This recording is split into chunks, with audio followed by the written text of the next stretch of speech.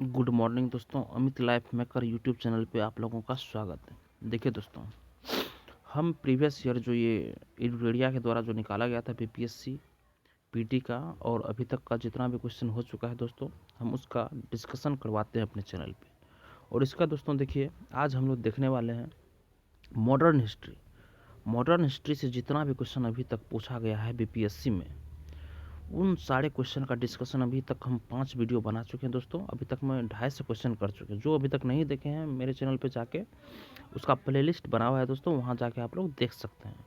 और आज हम ये इसका अगला कर रहे हैं सेशन 255 नंबर क्वेश्चन से शुरुआत कर रहे हैं दोस्तों। देखिए दोस्तों, आज का 255 नंबर क्वेश्चन है वर्ष 1899। वर्ष 1899 से 1900 के मुंडा क्रांति का नेता कौन था दोस्तों? तो बिरसा मुंडा। कौन था? तो बिरसा मुंडा था दोस्तों। मुंडा आंदोलन के जनक बिरसा मुंडा थे। यह आंदोलन 19वीं सदी में ब्रिटिश औपनिवेशिक के खिलाफ सबसे सशक्त प्रतिक्रिया थी। इस विद्रोह को उलगुलान विद्रोह के नाम से भी जाना जाता है। बिरसा मुंडा ने काफ़ी सक्रियता से इस विद्रोह का नेतृत्व किया था। इस विद्रोह का विस्तार झारखंड के क्षेत्रों में था दोस्तों। इसका विस्तार कहाँ था? झारखंड के क्षेत्रों में था। और 256 नंबर क्वेश्चन है दोस्तों, अखिल भारतीय किसान सभा के प्रथम सत्र के अध्यक्षता किसने की थी दोस्तों? तो स्वामी सहजानंद सरस्वती ने की थी इसकी अध्यक्षता। देखिए, अखिल भारतीय किसान सभा की स्थापना 1936 ईस्वी में की गई थी, जिसके प्रथम अध्यक्ष सहजानंद सरस्वती एवं सचिव NG रंगा थे। इस सभा की स्थापना का उद्देश्य किसानों की समस्या को सुनना एवं उसका समाधान करना था। सहजानंद सरस्वती का जन्म 1889 ईस्वी में, जबकि मृत्यु 1950 ईस्वी में हुआ था। इन्हें भारत में किसान आंदोलन का जनक कहा जाता है। और अगला क्वेश्चन है, देखिए CDPO 15 मई 2022 में जो एग्जाम हुआ था, उनका क्वेश्चन है दोस्तों। उनमें देखिए कौन सा मॉडर्न हिस्ट्री पूछा गया था। देखिए, सबसे पहले देखिए रैयतवाड़ी व्यवस्था। रैयतवाड़ी व्यवस्था प्रारंभिक रूप से प्रारंभ की गई थी। कब प्रारंभ की गई थी दोस्तों? तो देखिए, तमिलनाडु में प्रारंभ की गई थी दोस्तों।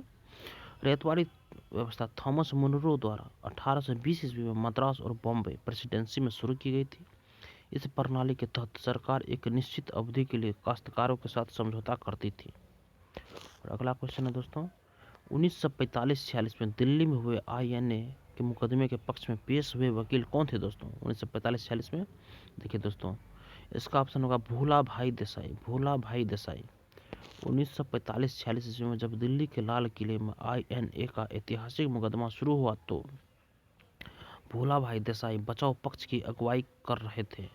तेज बहादुर सप्रू के काटजू तथा आसफ अली उनके सहायकों में से थे। कार्यवाही के पहले दिन जवाहरलाल नेहरू भी सालों बाद वकीलों की पोशाक पहनकर अदालत में मौजूद थे दोस्तों।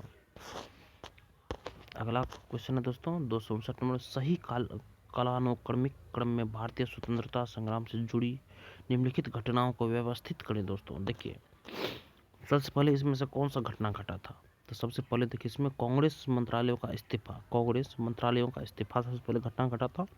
उसके बाद मुस्लिम उद्धार दिवस घटना घटा था। उसके बाद दोस्तों व्यक्तिगत सत्याग्रह 1940 में घटा था, व्यक्तिगत सत्याग्रह।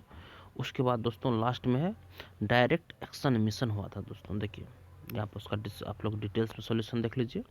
अक्टूबर 1939 में कांग्रेस की प्रांतीय सरकार ने द्वितीय विश्व युद्ध से उत्पन्न राजनीतिक संकटों के चलते त्याग पत्र दे दिया।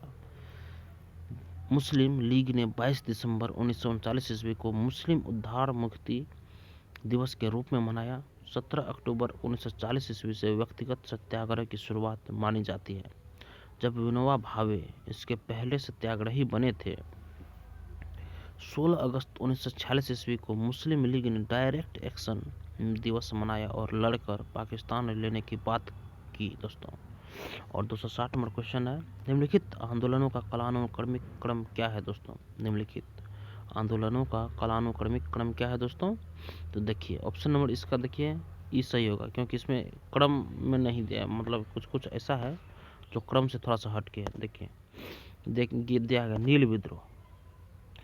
नील आंदोलन की शुरुआत दोस्तों, देखिए नील आंदोलन की शुरुआत 1859 ईस्वी में बंगाल के नादिया जिले के गोविंदपुर गांव में हुई थी। बंगाल के नादिया जिले के गोविंदपुर गांव में हुई थी। उसके बाद देखिए दोस्तों, दक्कन दंगे हुई थी दोस्तों।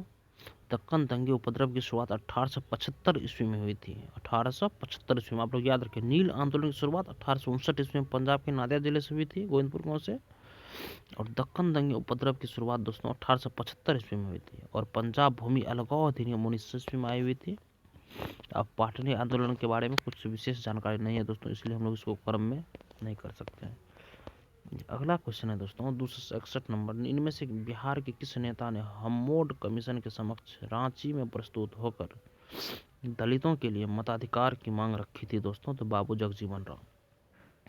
देखिए 1935 ईस्वी में बाबू जगजीवन राम रांची में हम्मोड कमीशन के सामने उपस्थित हुए और पहली बार आंदोलन के लिए मतदान के अधिकार की मांग की दोस्तों। अगला क्वेश्चन है दोस्तों 262 नंबर में, इनमें से किसने बक्सर के युद्ध के तुरंत बाद अंग्रेजों के विरुद्ध बिहार में विद्रोह की शुरुआत की थी दोस्तों? तो महाराज फतेह बहादुर शाही। ऑप्शन नंबर ए सही होगा।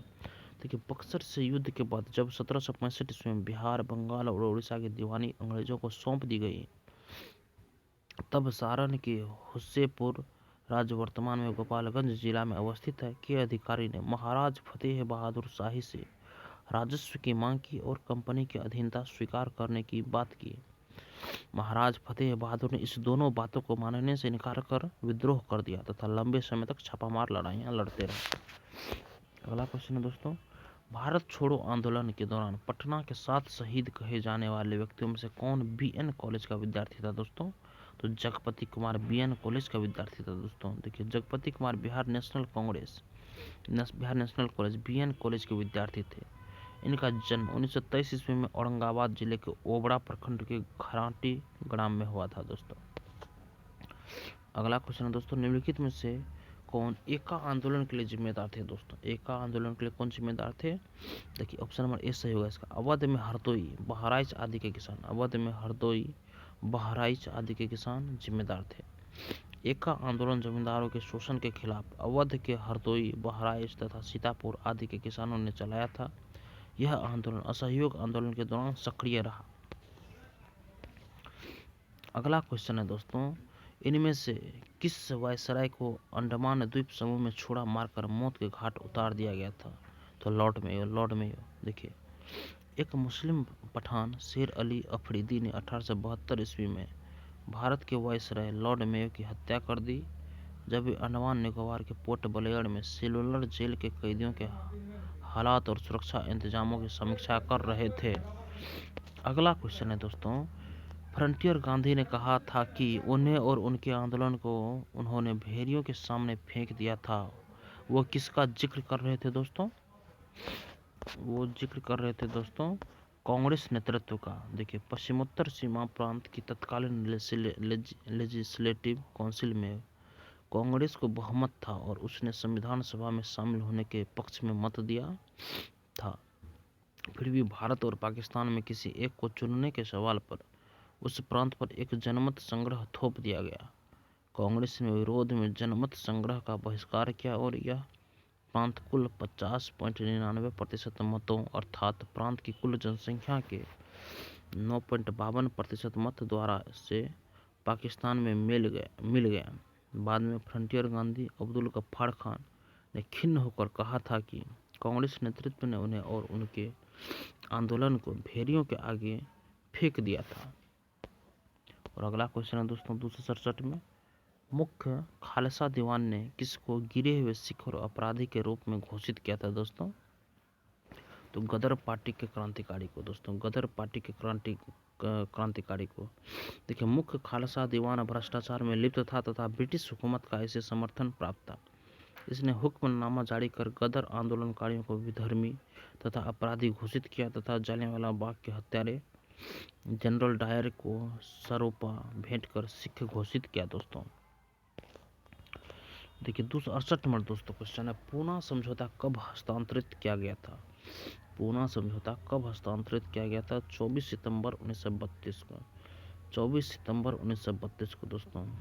27 सितंबर 1932 ईस्वी में डॉक्टर भीमराव अंबेडकर तथा अन्य हिंदू नेताओं के प्रयत्न से सवर्ण हिंदुओं तथा दलितों के मध्य पूना समझौता पैक्ट किया गया। इसके अनुसार प्रांतीय विधानमंडल में दलितों के लिए सुरक्षित सीटों की संख्या 71 से बढ़ाकर 148 कर दी गई तथा केंद्रीय विधानमंडल में सुरक्षित सीटों की संख्या 18% की वृद्धि की गई। दोस्तों 24 सितंबर 1932 को पुनः समझौता हस्तांतरित हुआ था। दोस्तों अगला क्वेश्चन है, मद्रास में जस्टिस पार्टी ने उनके डैश की वजह से द्वैध शासन के प्रयोग को प्रांत में सफल बना दिया। दोस्तों तो ब्राह्मण विरोधी रुख दोस्तों देखिए 1919 ईस्वी के गवर्नमेंट ऑफ इंडिया एक्ट में सांप्रदायिक प्रतिनिधित्व एवं उनके आरक्षणों को न केवल रहने दिया गया बल्कि उन्हें पर्याप्त बढ़ा दिया गया। मद्रास प्रांत ने गैर ब्राह्मणों के लिए आरक्षण को जस्टिस पार्टी दक्षिण भारतीय लिबरल फेडरेशन की मांग को अंग्रेजों ने जिस सरलता से स्वीकार कर लिया था वह पर्याप्त संदेहास्पद था। इसके परिणाम स्वरूप जस्टिस पार्टी की लोकप्रियता बढ़ी और 1920 ईस्वी में द्वैध शासन के तहत पहले चुनाव में जस्टिस पार्टी ने बहुमत हासिल की। इस तरह जस्टिस पार्टी के ब्राह्मण विरोधी रुख की वजह से द्वैध शासन के प्रयोग को इस प्रांत में सफल बना दिया। अगला क्वेश्चन है दोस्तों 270 नंबर में, इनमें से किसने अप्रैल 1930 में वेदारण्यम सत्याग्रह का आयोजन किया था? 1930 में वेदारण्यम सत्याग्रह का आयोजन किया था दोस्तों, तो सी राजगोपालाचारी ने किया था। दोस्तों देखिए गांधी जी ने 6 अप्रैल 1930 ईस्वी को दांडी से नमक कानून का उल्लंघन कर सविनय अवज्ञा आंदोलन की शुरुआत की, तो नमक कानून तोड़ने का सत्याग्रह समूचे देश में शुरू हो गया। इसी क्रम में मद्रास प्रांत में सी राजगोपालाचारी ने अप्रैल 1930 ईस्वी में तिरुचिरापल्ली से वेदारण्यम तक की यात्रा कर नमक कानून का उल्लंघन किया। दोस्तों 271 नंबर में है, किसे चंपारण सत्याग्रह का एक बहुत महत्वपूर्ण पहलू सही मायने में कहा जा सकता है? दोस्तों तो ऑप्शन नंबर देखिए सी सही होगा। भारत के राष्ट्रीय आंदोलन में किसान आंदोलन का शामिल होना। दोनों दोस्तों देखिए भारत के राष्ट्रीय आंदोलन में किसान आंदोलन का शामिल होना। 1917 ईस्वी के चंपारण सत्याग्रह में पहली बार किसानों की समस्या को राष्ट्रीय स्तर पर उठाया गया तथा समस्या के समाधान हेतु पहली बार गांधी जी जैसे राष्ट्रीय नेता ने किसानों का साथ दिया। इस आंदोलन की सफलता ने किसानों का उत्साह बढ़ाया तथा राष्ट्रीय आंदोलन के साथ किसान आंदोलन अनन्य रूप से जुड़ गया। अगला क्वेश्चन है दोस्तों, पुस्तक इंडिया डिवाइडेड किसने लिखी थी? दोस्तों इंडिया डिवाइडेड तो राजेंद्र प्रसाद ने लिखी थी। दोस्तों देखिए पुस्तक इंडिया डिवाइडेड को डॉक्टर राजेंद्र प्रसाद ने लिखा, जिसका प्रकाशन 1946 ईस्वी में हुआ था। इसमें भारत विभाजन के पीछे के जिम्मेदार कारणों की विस्तृत व्याख्या है। दोस्तों अगला क्वेश्चन है दोस्तों, जवाहरलाल के बौद्धिक विकास में फरवरी 1927 में ब्रुसेल्स कांग्रेस में औपनिवेशिक दमन और साम्राज्यवाद के विरुद्ध उनकी सक्रिय भागीदारी के साथ एक मोड़ आया। ये शब्द किसने लिखे दोस्तों? ये शब्द एस गोपाल ने लिखे। दोस्तों एस गोपाल देखिए उपरोक्त कथन एस गोपाल ने अपनी पुस्तक जवाहरलाल नेहरू बायोग्राफी में कही। 274 में दोस्तों, क्रिप्स के प्रस्ताव ने वास्तव में हमें कुछ नहीं दिया। यदि हम प्रस्तावों को स्वीकार करते हैं तो हमें भविष्य में पछताना पड़ता है। डैश युद्ध ने भारत को अपनी स्वतंत्रता प्राप्त करने का अच्छा अवसर प्रदान किया था। केवल एक वचन पर आधारित होने के कारण हमें इसे खोना नहीं चाहिए। ये शब्द किसने लिखे दोस्तों? तो ये ऑप्शन दोस्तों मौलाना अबुल कलाम आज़ाद ने लिखे थे। मौलाना अबुल कलाम आज़ाद ने लिखे थे। देखिए तत्कालीन कांग्रेस अध्यक्ष और क्रिप्स मिशन से वार्तालाप के दौरान कांग्रेस के मुख्य प्रवक्ता मौलाना अबुल कलाम आज़ाद ने अपनी पुस्तक इंडिया विंस फ्रीडम में क्रिप्स की असफलता के संदर्भ में उपरोक्त बातें कही थी। और अगला क्वेश्चन है दोस्तों, किन घटनाओं ने ब्रिटिश प्रधानमंत्री क्लीमेंट एटली को सदमा पहुंचाया? किन घटनाओं ने ब्रिटिश प्रधानमंत्री क्लीमेंट एटली को सदमा पहुंचाया, जिसने घोषणा की कि ब्रिटिश साम्राज्यवाद की इमारत को एक बड़ा झटका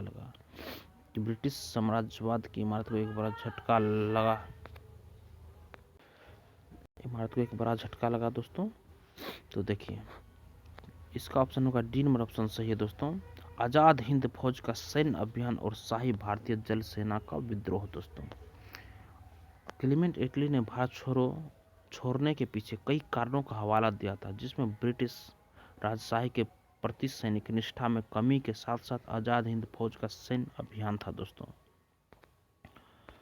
देखिए दोस्तों, 276 नंबर में है, किसने स्वतंत्र भारत के प्रथम प्रधानमंत्री जवाहरलाल नेहरू का साहस और दूरदर्शिता के एक उत्कृष्ट नेता के रूप में अभिवादन किया? तो लॉर्ड माउंटबेटन ने दोस्तों, लॉर्ड माउंटबेटन। देखिए, लॉर्ड माउंटबेटन का सत्ता हस्तांतरण के क्रम में नेहरू के साथ सौहार्दपूर्ण संबंध विकसित हुए थे।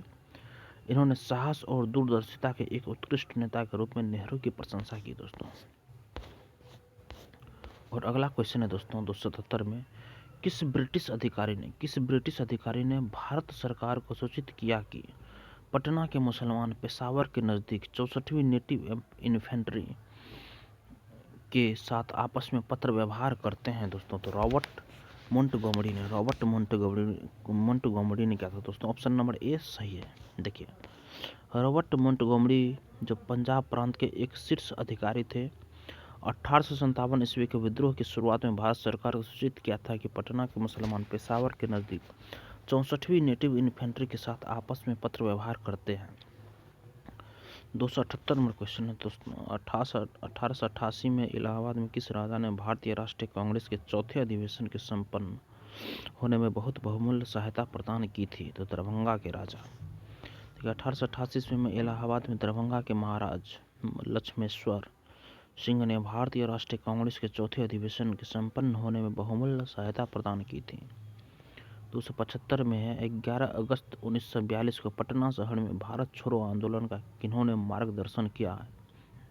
तो नगर के अधीनस्थ नागरिकों ने किया था। नगर के अधीनस्थ नागरिकों ने किया है। देखिए, 11 अगस्त 1942 ईस्वी को पटना शहर में आंदोलन का नेतृत्व कोई खास वर्ग नहीं कर रहा था। यह आंदोलन स्वतः स्फूर्त था और इसका नेतृत्व शहर के स्थानीय स्तर के कार्यकर्ताओं एवं जनसाधारण के हाथ में था। इसी दिन सचिवालय गोलीकांड में 7 छात्र शहीद हो गए थे दोस्तों। उसके बाद अगला क्वेश्चन है दोस्तों, ब्रिटिश का भर्ती सार्जेंट की उपाधि प्रथम विश्व युद्ध के दौरान सरकार को अपना सहयोग देने के कारण किसने प्राप्त की थी? तो महात्मा गांधी ने।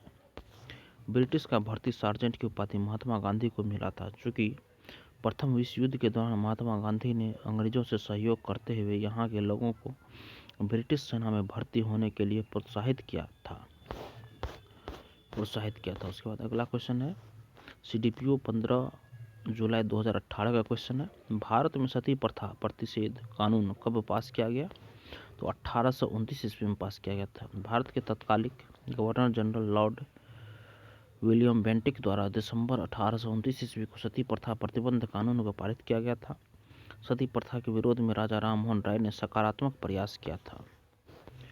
और 282 में भारत में ठगी अतिक्रमण करने का श्रेय किसे प्राप्त है? ठगी अतिक्रमण करने का श्रेय तो WH सिलेमन को।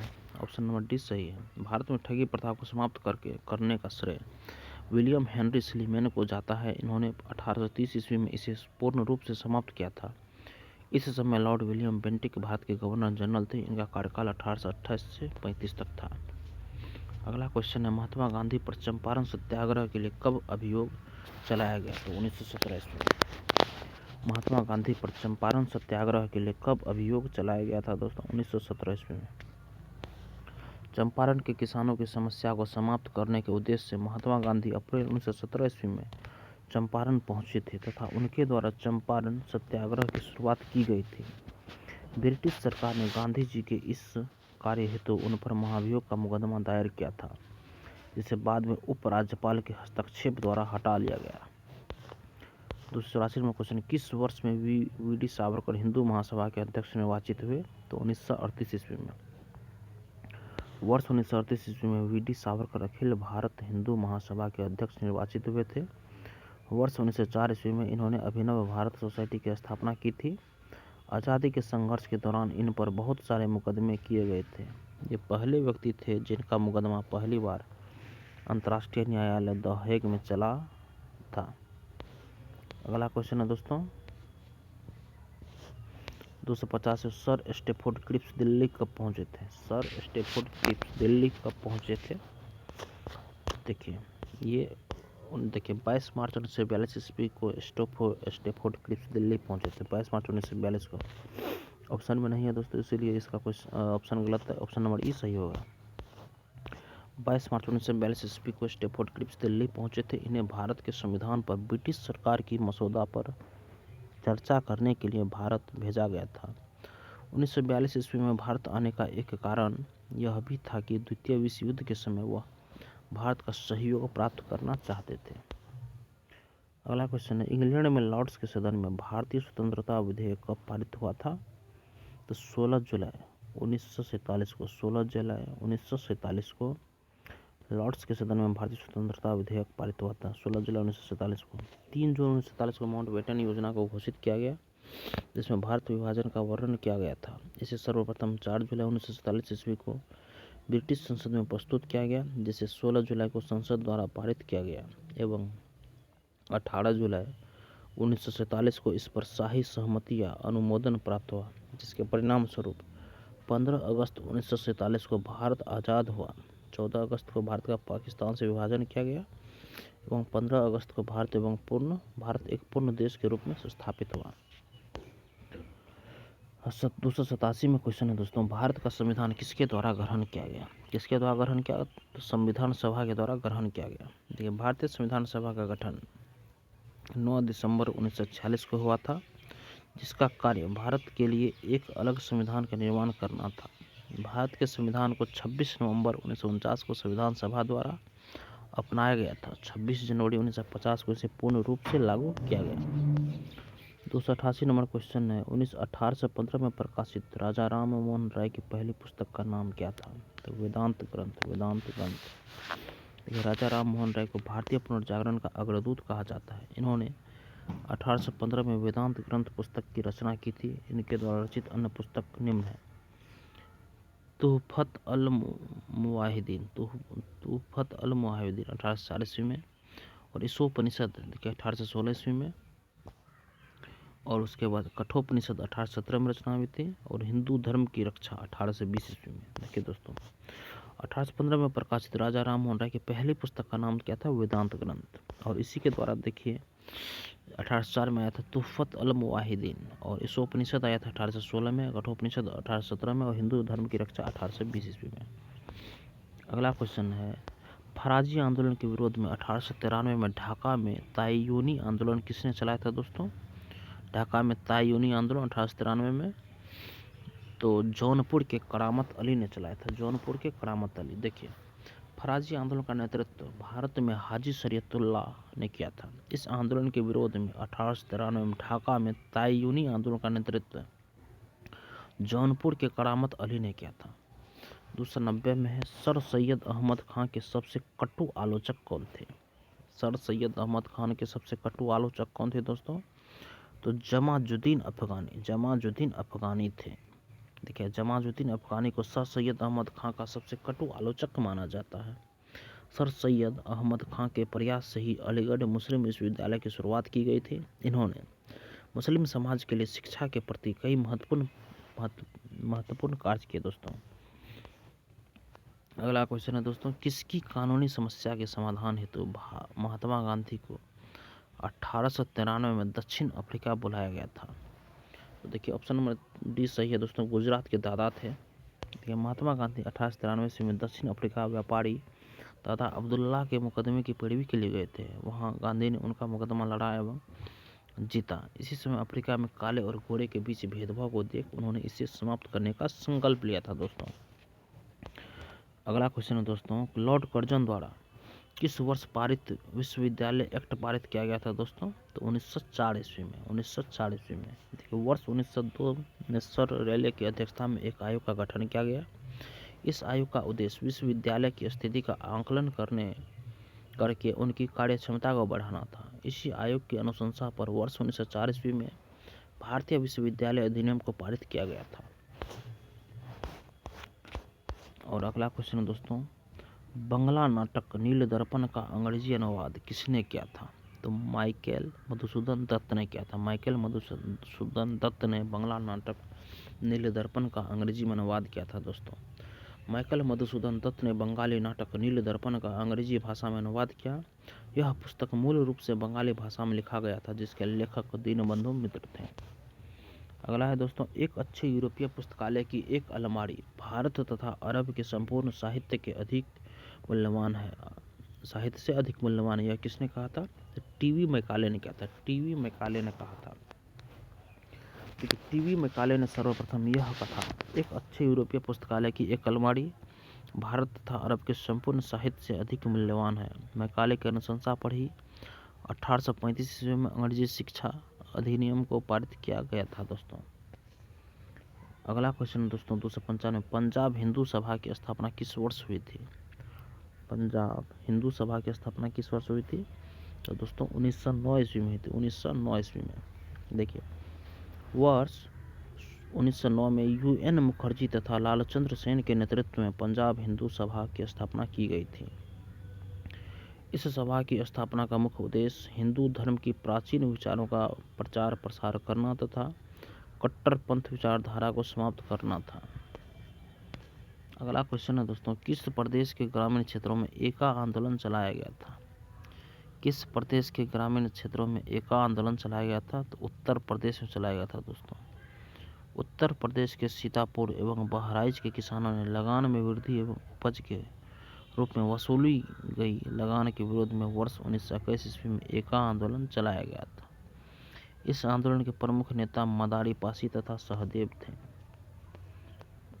297 नंबर क्वेश्चन है दोस्तों, खान अब्दुल गफ्फार खान द्वारा स्थापित खुदाई खिदमतगार को किस नाम से भी जाना जाता है दोस्तों? तो रेड शर्ट्स के नाम से जाना जाता है, रेड शर्ट्स के नाम से। देखिए खान अब्दुल गफ्फार खान को सीमांत गांधी के नाम से जाना जाता है। इन्होंने खुदाई खिदमतगार नामक संस्था की स्थापना की थी, जिसे रेड शर्ट्स के नाम से भी जाना जाता था। वर्ष 1987 में भारत सरकार द्वारा इन्हें भारत रत्न सम्मान से सम्मानित किया गया था।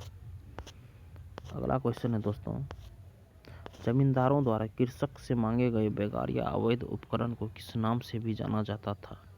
तो बेथी के नाम से जाना जाता है, बेथी। देखिए जमींदारों द्वारा कृषक से मांगे गए बेकार या अवैध उपकरण को बेथी के नाम से जाना जाता था। बेथी के माध्यम से जमींदार लोग किसानों को बिना किसी परिश्रमिक के काम करने के लिए मजबूर करते थे। अगला क्वेश्चन है दोस्तों, पुनः याद रखें अब यह झंडा लहरा गया है, यह कभी भी झुकना नहीं चाहिए जब तक एक भी भारतीय पुरुष, महिला या बालक भारत में जीवित रहे। यह किसने कहा था? लाहौर में जवाहरलाल नेहरू ने कहा था दोस्तों। तो 31 दिसंबर 1929 ईस्वी को लाहौर में रावी नदी के तट पर जवाहरलाल नेहरू ने पहली बार भारतीय तिरंगा को फहराया था। भारतीय झंडा को फहराने के बाद नेहरू ने इस कथन के माध्यम से देशवासियों में राष्ट्रीयता को जगाने का प्रयास किया था। अगला क्वेश्चन है दोस्तों, निम्नलिखित में से कौन सा स्थान टीपू सुल्तान की राजधानी के रूप में प्रसिद्ध था दोस्तों? तो श्रीरंगपट्टनम। टीपू सुल्तान की राजधानी श्रीरंगपट्टनम की 18वीं सदी के प्रारंभ में हैदर अली के शासनकाल में श्रीरंगपट्टनम मैसूर की राजधानी बनी थी। टीपू सुल्तान एक योग्य शासक, योद्धा के साथ साथ प्रसिद्ध विद्वान भी थे। सन 1782 ईस्वी को टीपू सुल्तान मैसूर की गद्दी पर बैठा था तथा 1799 ईस्वी में इसकी मृत्यु हो गई थी। अगला क्वेश्चन है दोस्तों, स्वतंत्रता, समानता और प्रेरणा कहाँ से आई? तो फ्रेंच क्रांति से आई थी दोस्तों, फ्रेंच क्रांति। देखिए स्वतंत्रता, समानता और भ्रातृत्व शब्द फ्रांस की क्रांति से लिया गया है। इन तीनों शब्दों को पहली बार 1848 में फ्रांस के संविधान में शामिल किया गया था। अगला क्वेश्चन है दोस्तों, देखिए CDPO 15 मई 2005 का है, जो एग्जाम हुआ था उसका क्वेश्चन है दोस्तों। देखिए 302 नंबर में है,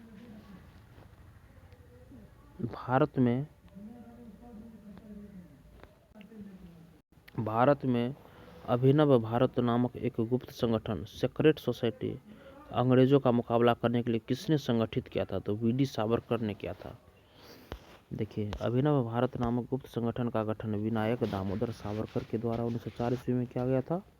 प्रारंभ में विनायक दामोदर सावरकर तथा गणेश सावरकर ने 1899 ईस्वी में नासिक में एक क्रांतिकारी संगठन मित्र मेला शुरू किया था। बाद में 1904 ईस्वी में सावरकर ने इस संगठन का नाम बदलकर अभिनव भारत रख दिया था। अगला क्वेश्चन है दोस्तों 303 में, इनमें से किस काल में स्वदेशी आंदोलन का भारत में उत्थान हुआ था दोस्तों? तो बंगाल के विभाजन का विरोधी आंदोलन दोस्तों, अतः उसी में स्वदेशी आंदोलन का उत्थान हुआ था। देखिए 19 जुलाई 1905 ईस्वी को लॉर्ड कर्जन के द्वारा बंगाल विभाजन की घोषणा की गई थी, जिसके कारण संपूर्ण बंगाल में रोष की भावना उत्पन्न हो गई थी। कलकत्ता के टाउन हॉल में 7 अगस्त 1905 ईस्वी को बंगाल विभाजन के विरोध में स्वदेशी आंदोलन चलाने की घोषणा की गई, जिसका उद्देश्य विदेशी वस्तुओं का बहिष्कार करना था दोस्तों। अगला क्वेश्चन है दोस्तों, भारत की आज़ादी के समय ब्रिटेन में निम्नलिखित राजनीतिक पार्टियों में से कौन सी पार्टी सत्ता में थी दोस्तों? तो लेबर पार्टी सत्ता में थी दोस्तों। 15 अगस्त 1947 को भारत की स्वतंत्रता प्राप्त हुई थी। इस समय ब्रिटेन में लेबर पार्टी की सरकार थी तथा भारत की आज़ादी के समय ब्रिटेन के प्रधानमंत्री क्लीमेंट एटली थे। 305 नंबर क्वेश्चन है दोस्तों, भारत से अंग्रेजों के कदम उखाड़ने के लिए रेड शर्ट्स आंदोलन किसने आरंभ किया था? तो खान अब्दुल गफ्फार खान ने आरंभ किया था। खान अब्दुल गफ्फार खान। ठीक है दोस्तों, रेड शर्ट्स आंदोलन अर्थात लाल कुर्ती आंदोलन का नेतृत्व खान अब्दुल गफ्फार खान ने किया था। यह आंदोलन मुख्यतः पश्चिम भारत क्षेत्र में चलाया गया था। खान अब्दुल गफ्फार खान ने खुदाई खिदमतकार की स्थापना की थी। गफ्फार खान को सीमांत गांधी के नाम से भी जाना जाता है। वर्ष 1987 में इन्हें भारत के सर्वोच्च नागरिक सम्मान भारत रत्न से सम्मानित किया गया था।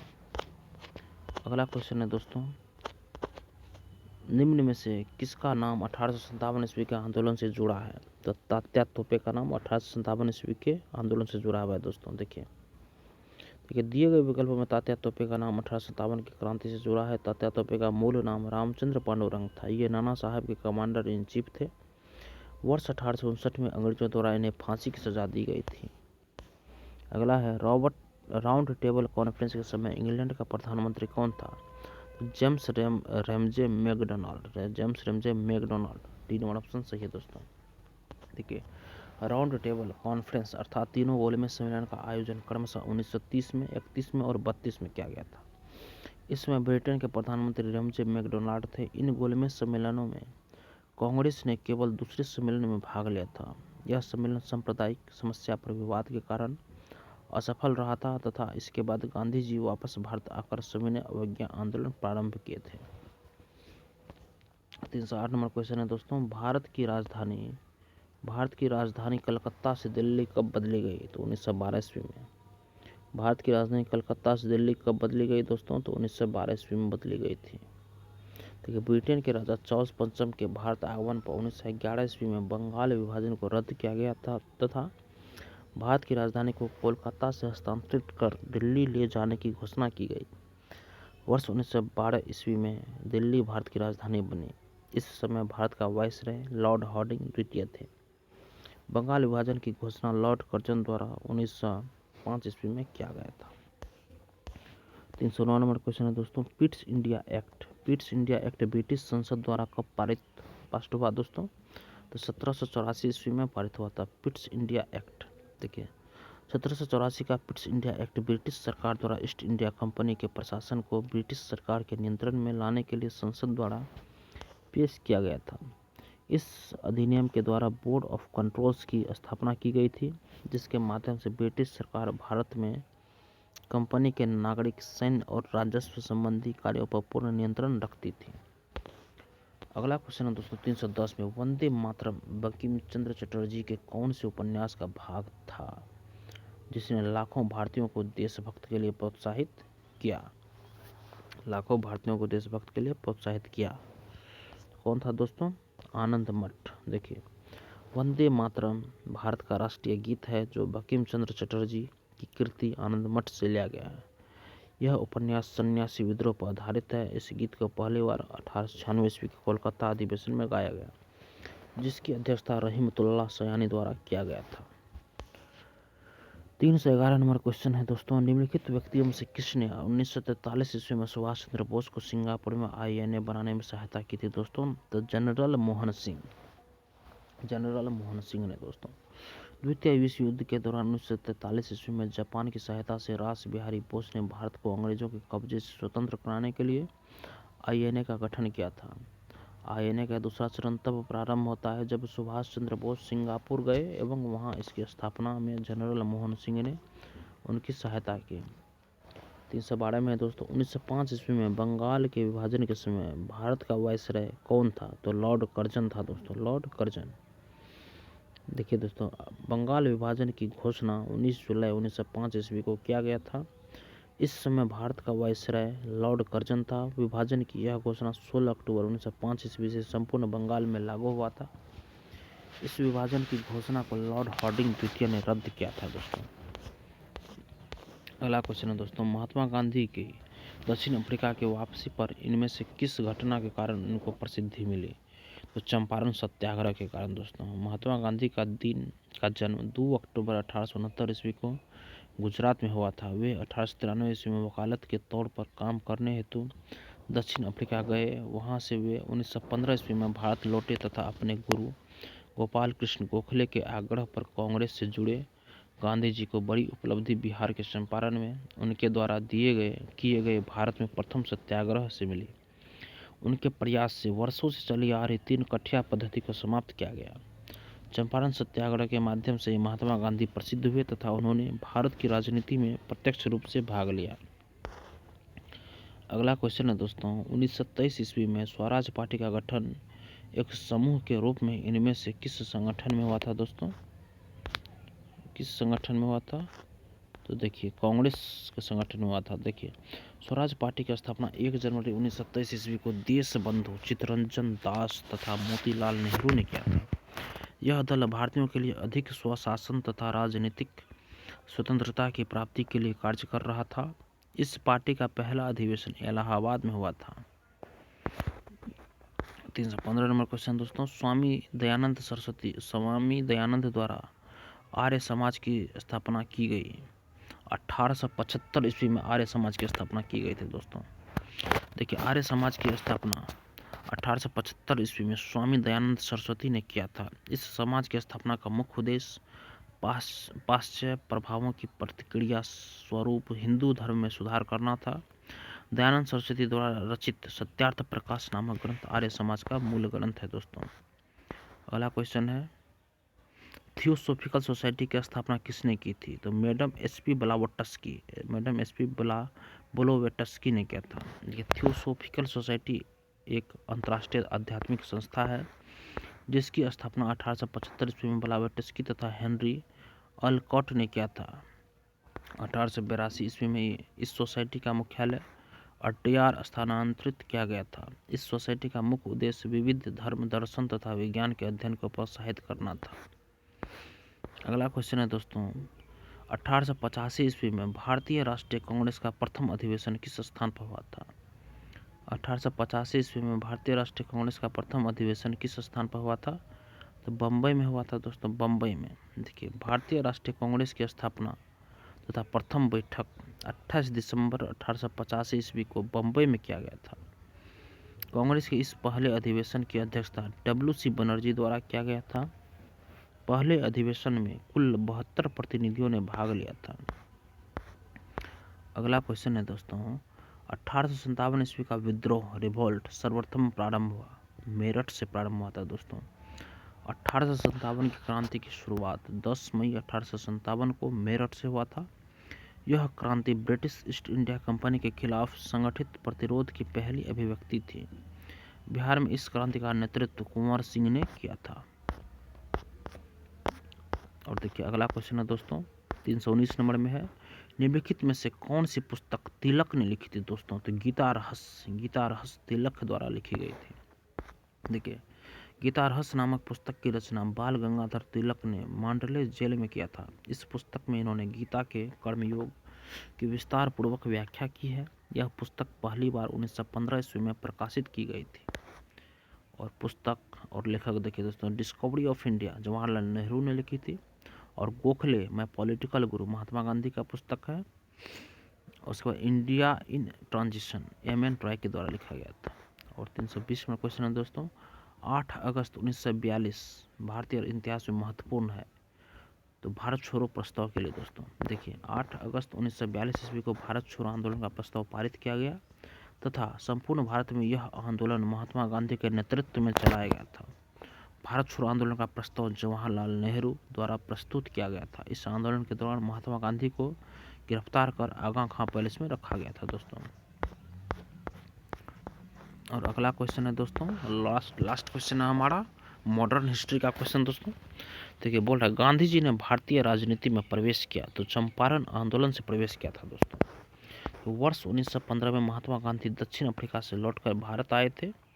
वर्ष 1916 के लखनऊ अधिवेशन में चंपारण के किसान नेता राजकुमार शुक्ल गांधी जी से मिले और अपने क्षेत्र के किसानों की समस्या से उन्हें अवगत कराया तथा गांधी जी से चंपारण आने का आग्रह किया था। गांधी जी 1917 में चंपारण गए थे तथा यहाँ पर सत्याग्रह के माध्यम से किसानों की समस्या को उठाया था।